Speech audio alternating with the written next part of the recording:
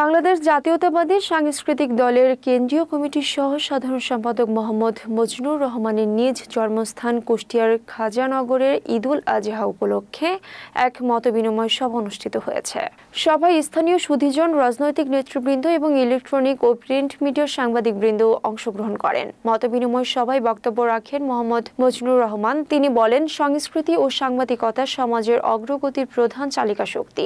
একসাথে কাজ করলে দেশ ও সমাজ উপকৃত হবে। তিনি আরো বলেন, কুষ্টিয়া হচ্ছে বাংলাদেশের সাংস্কৃতিক রাজধানী। এখানে জন্মগ্রহণ করেছেন বাউল সম্রাট ফকির লালন শাহ, বিশ্বকবি রবীন্দ্রনাথ ঠাকুর, বিষাদ সিন্ধু রচয়িতা মীর মোশাররফ হোসেন, সাংবাদিকতার অগ্রপথিক কাঙ্গাল হরিনাথ মজুমদার এবং চলচ্চিত্র, নাটক ও সঙ্গীত জগতের অসংখ্য গুণীজন। তাই কুষ্টিয়াকে একটি সাংস্কৃতিক রোল মডেল হিসেবে গড়ে তোলার জন্য আমরা অঙ্গীকারবদ্ধ।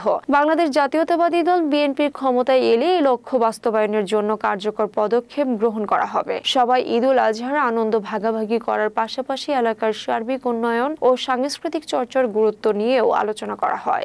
আমরা এখানে আসছি, এটা আমার গ্রামের বাড়ি। আমরা ইচ্ছা আছে এখানে কুরবানি দেব, আমাদের আত্মস্বজন আছে, সবাই মিলেমিশে একটা অনুষ্ঠান করবো। ওই উপলক্ষে আসছি, সবাই জাস্ট একটা আলোচনা করতেছি, যে কথাবার্তা বলার জন্য। কি ধরনের আলোচনা করতে? এখানে আমরা বিশেষ করে আমরা সামনে যেহেতু আমাদের ঈদ আছে, সেই ঈদ উপলক্ষেও কিছু আলোচনা করব।